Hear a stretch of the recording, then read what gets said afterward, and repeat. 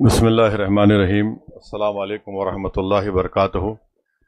شہ نشین بتشریف فرما صدر all India Muslim personal law board حضرت مولانا خالد سیف اللہ رحمانی صاحب، وہ تمام ملی تنظیموں کے ذمہ داران، معزز حاضرین اکرام، میں سب سے پہلے مذمت کرتا ہوں، کنڈیم کرتا ہوں مرکزی حکومت اور وزیر اعظم کے اس فیصلے کے کہ آج انہوں نے ہم کو احتجاج کرنے کا بھی موقع نہیں دیا اور صرف 100 لوگ کے ساتھ یہ کہا کہ پرمیشن دیا گیا کہ ہم یہاں پر احتجاج کریں۔ یہ ان کی ہٹلر شاہی ہے، یہ ان کا ڈکٹیٹورل ایٹیٹیوڈ یا ان کی ایک مانسکتا کو دکھاتا ہے۔ اگر کوئی پردھان منتری کی تعریف میں کوئی جلسہ کرنا چاہتا تو بی جے پی 10,000 لوگوں کا پرمیشن دیتی۔ دوسری بات یہ ہے کہ ہم کو بڑی مایوسی ہوئی اور جو سپریم کورٹ میں جو انٹرم آرڈر آیا وہ یقیناً وقف کی جائیدادوں کو بچا نہیں پائے گا، کیونکہ آپ جانتے ہیں کہ جو انٹرم آرڈر ہے وہ صرف سیکشن 3C جو کلیکٹر کو اجازت تھی اس کے اوپر کسی حد تک روک تھام لگائی گئی۔ 5 سال کا جو لزوم ہے کہ اس کو مسلمان ثابت ہونا، کورٹ نے کہا کہ رول بنائے جائیں، تو وہ ایک کنڈیشنل سٹے ہے۔ ایسا رول بنایا جائے گا کہ کوئی مسلمان جو ہے اپنی جائیداد کو وقف بھی نہیں کر پائے گا، اور سوال یہ اٹھے گا کہ کیا آپ مسلمان ہیں یا نہیں۔ دوسری بات یہ ہے کہ ہم لوگ خوش نہ ہوں کہ سیکشن 3C پر روک لگ گئی۔ ایک ڈیزگنیٹڈ آفیسر ہوگا جو تحقیقات کرے گا، اور دلی میں 123 پراپرٹیز ہیں جس کا DDA کہتا ہے کہ ان کی جائیداد ہے، جس میں ایک مسجد کے امام محب اللہ ندوی صاحب ہیں۔ تو آپ لکھ کر رکھ لیجئے کہ ان 123 پراپرٹیز پر بھی بھارت کے وزیر اعظم کی نظر ہے کہ کیسا اس کو حاصل کیا جائے ایک ڈیزگنیٹڈ آفیسر سے۔ تیسری بات یہ ہے کہ آثار قدیمہ ASI کے تحت آپ سچر کمیٹی اٹھا کر پڑھیے، 170 پراپرٹیز سچر کمیٹی نے لکھا اپنی رپورٹ میں جو وقف کی ہیں، آثار قدیمہ کے ماتحت ہیں، ان کا قبضہ ہے، یہ انکروچر لکھا ہوا ہے ورڈ۔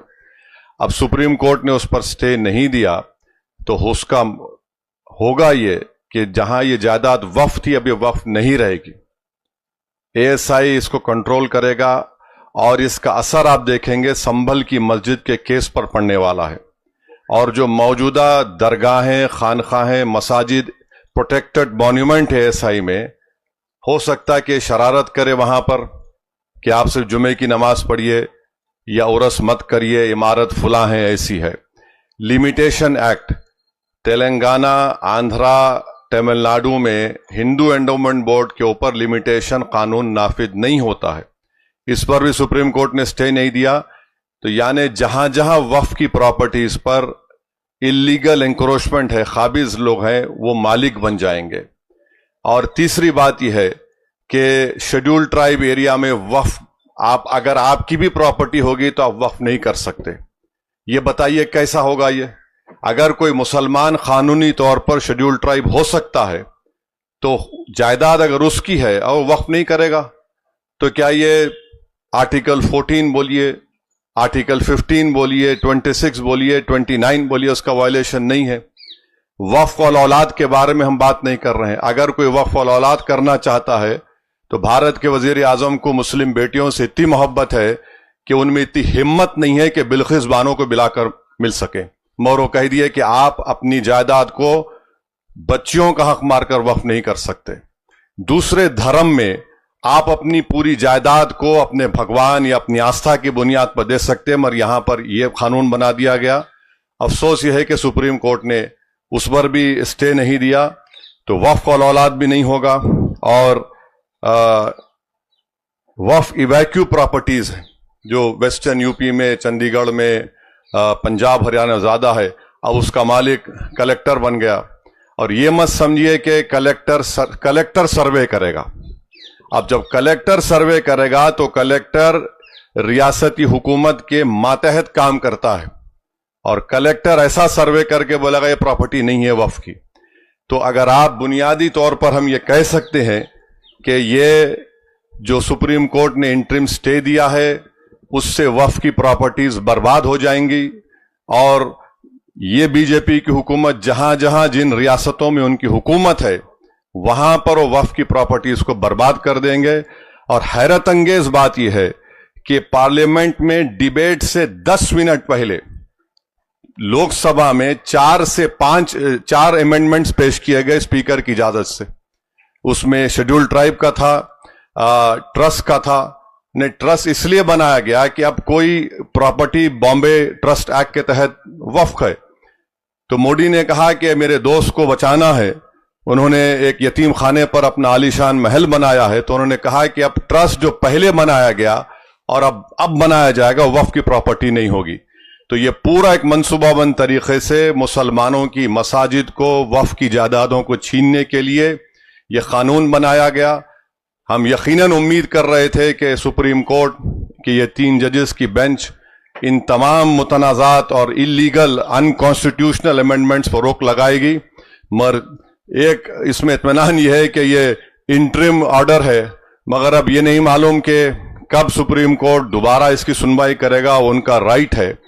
تو یہ وقف کو نقصان پہنچانے کا قانون بنایا گیا۔ ہم کو اپنی لڑائی کو جاری رکھنا ہے، پیچھے نہیں ہٹنا ہے، نہ ہم کو مایوس ہونے کی ضرورت ہے، بلکہ ہم کو اپنی لڑائی قانون کے دائرے میں رہ کر احتجاجی طور پر لڑنے کی ضرورت ہے، سیاسی طور پر لڑنے کی ضرورت ہے۔ بلکہ میں تو کہوں گا کہ مساجد میں ہر جمعے کے دن جتنے امام ہیں جو خطبہ یا اس سے پہلے واعظ کرتے ہیں، بیان کرتے ہیں، ان کو اس کے بارے میں بولتے رہنا چاہیے۔ اور تیار ہو جائیے، اس ملک میں امت شاہ NPR NRC کرنے جا رہے ہیں۔ آپ دیکھ لیجئے، پہلے انہوں نے کہا کہ بنگال کے مسلمانوں کو اٹھا کر بنگلہ دیش میں پھینک دیا، اب کہہ رہے ہیں کہ آبادی بڑھ رہی ہے۔ اتنے جھوٹے ہیں یہ لوگ کہ 1951 سے لے کر 2011 تک مسلمانوں کا پاپولیشن صرف 4.4 بڑھا، اور ہوم منسٹر رہے تھے امت شاہ، کہتے ہیں آسام کی مثال۔ ارے آسام کو سے ناگالینڈ بنا، میگھالیہ بنا، اروناچل بنا۔ اگر کسی کی آبادی 100 ہے، 100 میں اگر 10 لوگ اضافہ ہوئے تو 10% بولیں گے۔ اگر کسی کی آبادی 10 ہے، اس میں 10 لوگ بڑھ گئے تو 100%۔ تو یہ ان کا معاملہ ہے۔ تو یہ NPR NRC بھی کرانا چاہ رہے، ہر طریقے سے مسلمانوں کی شناخت کو ختم کرنا چاہ رہے، مسلمانوں کی مذہبی جو شناخت ہے اس کو ختم کرنا چاہ رہے ہیں، مسلمانوں کی جو مذہبی عبادت گاہیں اس کو چھیننے کے لیے قانون بنایا گیا۔ اس سے کوئی مقصد نہیں، صرف تباہ و برباد کرنا ہے، ہم کو بچانا ہے۔ جس چیز کا مالک اللہ ہے، اس کے لیے انشاءاللہ ہم تمام کوشش کرنا ہے۔ پرسنل لاء بورڈ کے ساتھ ہم تھے اور رہیں گے انشاءاللہ تعالی۔ آج 100 یہاں پر جمع ہے، میں لکھ کے دے رہا ہوں وزیر اعظم، انشاءاللہ تعالی ایک وقت آئے گا یہاں پر 2 لاکھ لوگ جمع ہوں گے تمہارے اس کالے قانون کے خلاف۔ السلام علیکم۔